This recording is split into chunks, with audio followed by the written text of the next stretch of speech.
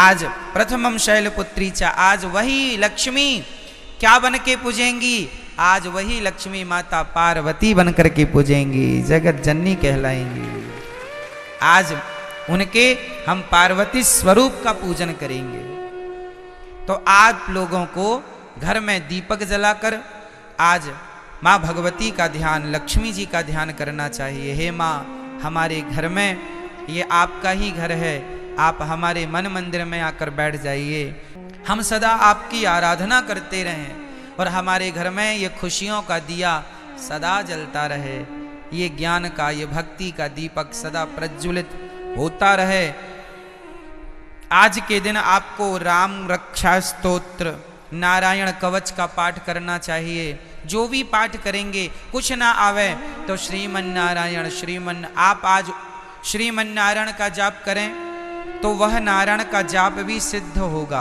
आप यदि ओम नमः शिवाय का भी जाप करें तो आज जो भी जपेंगे वो सिद्ध होगा।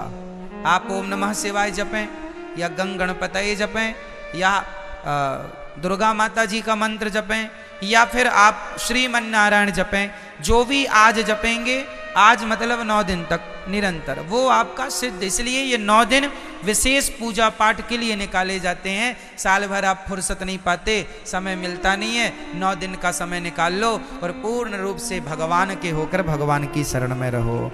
ये नवरात्रि है, ठीक है। जो आप जपेंगे उसमें आपको सिद्धि प्राप्त होगी। तो इसलिए इन 9 दिनों में बहुत अच्छे से हमें अपना जीवन आनंद पूर्वक व्यतीत करना चाहिए।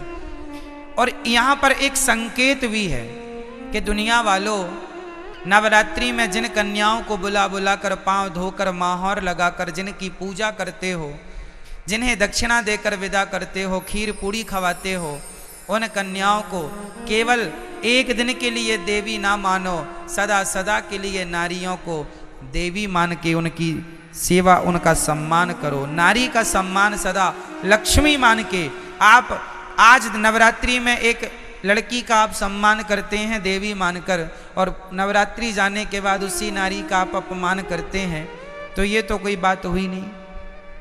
नारियों का सदा सम्मान बना रहे। देखो हमारे सनातन धर्म में नारियों का कितना बड़ा आदर है, कितना बड़ा सम्मान है। दुनिया के किसी धर्म में, मजहब में नारियों का इतना बड़ा सम्मान नहीं है। हमारे यहाँ भगवान मानकर नारियों को पूजा जाता है, देवी मानकर पूजा जाता है। और केवल नवरात्रि में नहीं, नवरात्रि आई तो नवरात्रि के द्वारा तुम ये मान लो कि भाई ये सदा सर्वत्र पूज्य है। नारी तो सदा पूज्य है, केवल नवरात्रि में नहीं, ऐसा नहीं, सर्वत्र, सब जगह, हमेशा 365 दिन। तो नवरात्रि की बड़ी महिमा है। इन नवरात्रियों का पूजन भागवत जी में आता है कि भगवान श्री कृष्ण के जब जामवंत जी से युद्ध करने भगवान गए, तब उनकी अनुपस्थिति में 9 दिन का द्वारिका में एक महायज्ञ हुआ था देवी जी को प्रसन्न करने के लिए। तो नवरात्रि तो भगवान श्री कृष्ण भी मनाते थे, नवरात्रि तो भगवान श्री राम भी मनाते थे। पहले दिन एक कन्या को भोजन कराना चाहिए, एक से ज्यादा भी हो जाए चलेगा, कम से कम एक। पहले दिन हमेशा एक कन्या, दूसरे दिन 2 कन्या, तीसरे दिन 3 कन्या, चौथे दिन 4, 5वें दिन 5, छठे दिन 6, 7वें दिन 7, 8वें दिन 8 और 9वें दिन 9 कन्याओं का भोजन करें। और यदि कन्या ना मिले तो कोई बात नहीं, अपनी माँ के चरण धोकर अपनी माँ को श्रद्धा से भोजन कराओ, ये सोचकर कि ये भगवान है, माँ है। माँ, आपके घर में कन्या ना हो तो माँ तो है, तो माँ की चरण धोकर माँ का सम्मान कीजिएगा, ठीक है। ये नवरात्रि में देवी का पूजन, तो देवी तुम्हारी माँ देवी नहीं है क्या? क्यों? माँ से बड़ी कोई देवी है? इसलिए अपनी माँ। कई लोग ना अभी इस नवरात्रि में तो नहीं, जो अगली नवरात्रि आएगी वो नवरात्रियों में, उस नवरात्रियों में लोग माता जी घर घर बिठाते हैं, हर गली चौराहे में माता जी बैठती हैं ना, हम कहते हैं कि आप मिट्टी की माता जी बनवा के बिठाते हैं, अच्छा है, सम्मान कीजिए, श्रद्धा रखिए, अच्छा है, सब ठीक है। पर वो माता जो मिट्टी की बनी है, उन माता में श्रद्धा तो रखिए, पर उनसे ज़्यादा उस माता में श्रद्धा रखिए जो परमात्मा ने बनाई है, जिसे आप अपनी माँ कह के बुलाते हैं। माता, उसका तो असली नाम माता ही है, माँ है। विडंबना तो ये है कि आज लोग मंदिरों में जाके माता जी को तो जल चढ़ाते हैं, माता जी की जय जयकार करते हैं, पर खुद की माता जी भूखी मर रही हैं, खुद की जन्म देने वाली माता प्यासी मर रही हैं, और आप जय माता दी के नारे लगा रहे हैं। इससे फायदा क्या है ये बताइए। कई लोग ना बड़ी होड़ करते हैं, खासकर नवरात्रियों में। क्या होड़ करते हैं कि उन्होंने भंडारे में 50,000 खर्च किया, हम 1 लाख का भंडारा करेंगे। उस कॉलोनी में 2 लाख का भंडारा हुआ, हम 3 लाख का भंडारा करेंगे। क्या होगा इससे? तुम देवी को खुश कर लोगे? अरे ये ना देखो कि भंडारा कितना बड़ा करना है। ठीक है, जरूरतमंदों को भोजन कराना जरूरी है, ठीक है, कराना चाहिए, अन्नदान श्रेष्ठ दान है। पर ये मत भूलिए कि आप अपनी 50,000 का भंडारा तो आप करा रहे हैं, सबको खिला रहे हैं, पर खुद की माँ बुढ़ापे में अलग बनाकर खा रही है, तो आप कौन सी देवी को खुश कर रहे हैं? क्या आपके इस व्यवहार से आपकी खुद की माँ भूखी मर रही है और आप सबको भरपेट भोजन कराएं, क्या आपके इस व्यवहार से माँ भगवती प्रसन्न हो जाएगी? इसका विशेष ध्यान रखना चाहिए। और हम सभी को इंसानों को भगवान मानना चाहिए। किसको भगवान मानना चाहिए? हमारी माँ भगवान है, हमारे पिता भगवान है, हमारे पति भगवान है, हमारे गुरु भगवान है, हमारे अतिथि भगवान है। जो इनमें भगवान का दर्शन कर लेगा वो फिर पत्थरों में भी ईश्वर का दर्शन कर लेगा। जो इंसानों में ना कर पाया वो पत्थर कभी नहीं पूजता रहे, झूठा पूज रहा है, झूठे ही है ना। कबीर जी लिखते हैं कि पाहन पूजे हरि मिले, पाहन मीन्स पत्थर होता, पाहन पूजे हरि मिले, तो मैं पूजू पहाड़, तासे तो चक्की भली, जो पीस खाए संसार।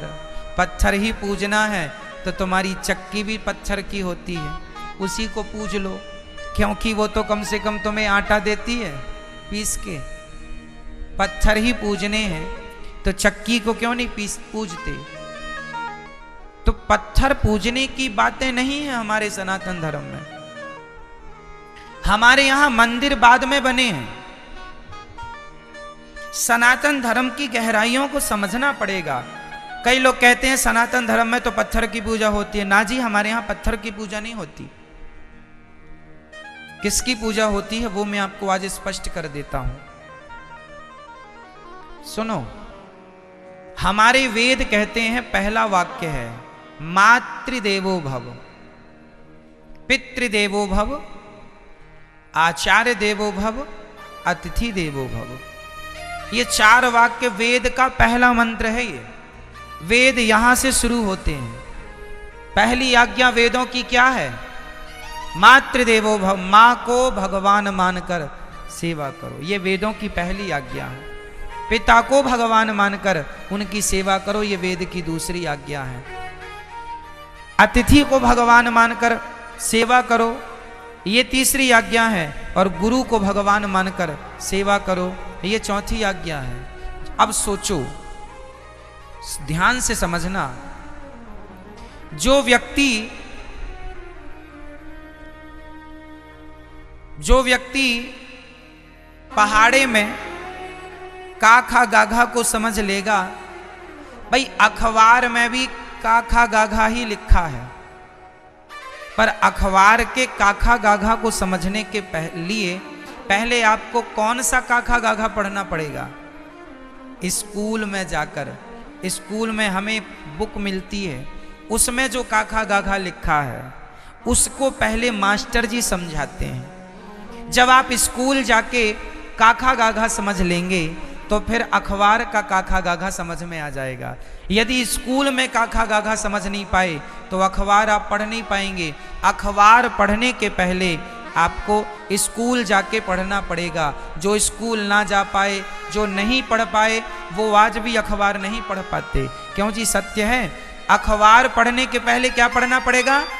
स्कूल में जाके आपको अपनी शिक्षा पूरी करनी पड़ेगी, तब कहीं जाकर हिंदी का बोध होगा, तब हिंदी का अखबार पढ़ पाएंगे। इंग्लिश का बोध होगा, इंग्लिश का अखबार पढ़ पाएंगे। उर्दू का बोध होगा, उर्दू का अखबार पढ़ पाएंगे। अखबार पढ़ने के पहले कुल मिला के आपको पहले स्कूल जाना पड़ेगा। क्या ये बात सत्य है?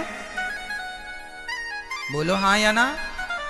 उसी तरह जैसे स्कूल में काखा गाघा समझ लिया एक बार, उसके बाद दुनिया में कहीं काखा गाघा लिखा हो हम तुरंत समझ लेंगे। और स्कूल में नहीं समझा तुमने काखा गाघा, तो फिर जमाने में लिखा तो है, तुम समझ नहीं पाओगे कि लिखा क्या है। आप देखो यहां बहुत कुछ लिखा है, कौन समझ पाएगा? जिन्हें अक्षरों का ज्ञान है। ज्ञान ही नहीं है, 52 अक्षर का कोई ज्ञान नहीं है, नॉलेज नहीं है, तो लिखा तो बहुत कुछ है, कहां कोई पढ़ पा रहा है। उसी प्रकार जैसे अखबार पढ़ने के पहले हमें स्कूल जाकर पढ़ना पड़ता है, उसी प्रकार पत्थर में भगवान है, पर पत्थर के भगवान को देखने के पहले अपनी माता के अंदर भगवान को देखना पड़ेगा। पहले अपने पिता के अंदर भगवान को देखना पड़ेगा। जो माता में भगवान को देख सकता है, जो पिता में भगवान को देख सकता है, जो गुरु और अतिथि में ईश्वर को देख सकता है, वही पत्थर में भी भगवान को देख सकता है। जो माँ में भगवान को ना देख पाया, उसे पत्थर ही दिखेगा, तुम कितना भी पूजा करो। पत्थर है, कहते हैं, कहावत सुना होगी आपने, अनपढ़ के लिए काला अक्षर भैंस बराबर। अनपढ़ के लिए कहावत है काला अक्षर। सुनी कहावत ये वाली कि नहीं? क्या अर्थ है इस कहावत का? अनपढ़ है उसे तो काला काला दिख रहा है। भाई पुस्तक लिया तो अखबार लिया है, बस अब काला काला, क्या काला काला पूत दिया। अरे पगले उसमें बहुत कुछ लिखा, लेकिन क्या करे, अनपढ़ है, काला अक्षर भैंस बराबर। उसे काला नजर आता है, उसे काले में अक्षर नजर नहीं आ रहे हैं, क्योंकि पढ़ा नहीं है। उसी प्रकार जिसने अपनी माता में भगवान को ना देखा, उसे तो काला पत्थर ही नजर आएगा, उसे भला पत्थर में भगवान कैसे नजर आएंगे? जिसे माँ में भगवान दिखता होगा, जो चैतन्य वस्तु में भगवान को देख सकता है, वही जड़ वस्तु में भी ईश्वर को देख सकता है। माँ चैतन्य है कि जड़ है? बोलो जोर से। मेरी माँ, पीछे वाली मैया, आज नवरात्रि मौन व्रत तो नहीं है आपका? डे बोले हम चुप्पी टाप रहेंगे महाराज। मां चैतन्य है या जड़ है? जोर से। और पत्थर चैतन्य है या जड़ है? मां चैतन्य है, जबकि पत्थर जड़ होता है। तो जो व्यक्ति चैतन्य मां में ईश्वर का दर्शन कर सकता है, जो चैतन्य में भगवान को देख सकता है, वही जड़ में भी भगवान को देख सकता है। जो चैतन्य में ना देख पाया, उसके लिए काला अक्षर भैंस बराबर है। कई लोग कहते हैं ना भगवान कहाँ है, ये सब वही लोग हैं, काला अक्षर भैंस बराबर। भाई हिंदी का अखबार पढ़ने के लिए कौन सा सब्जेक्ट पढ़ना पड़ेगा? बोलते चलो। हिंदी। इंग्लिश का अखबार पढ़ने के लिए इंग्लिश, उर्दू का अखबार पढ़ने के लिए तमिल का अखबार पढ़ने के लिए, बंगाली अखबार पढ़ने के लिए बंगाली। उसी प्रकार भगवान को पढ़ने के लिए भक्ति की पढ़ाई चाहिए, भक्ति की शिक्षा चाहिए। आपने भक्ति की पाठशाला में कभी आपने अध्ययन किया नहीं, तो भगवान तो जैसे अखबार में सब लिखा है, पढ़ना आना चाहिए। उसी प्रकार ईश्वर तो कण कण में लिखा है, बस पढ़ना आना चाहिए। ईश्वर तो हरि व्यापक सर्वत्र, हमारा कन्हैया तो घट घट में समाया है, बस तुम्हें पढ़ना आए बस।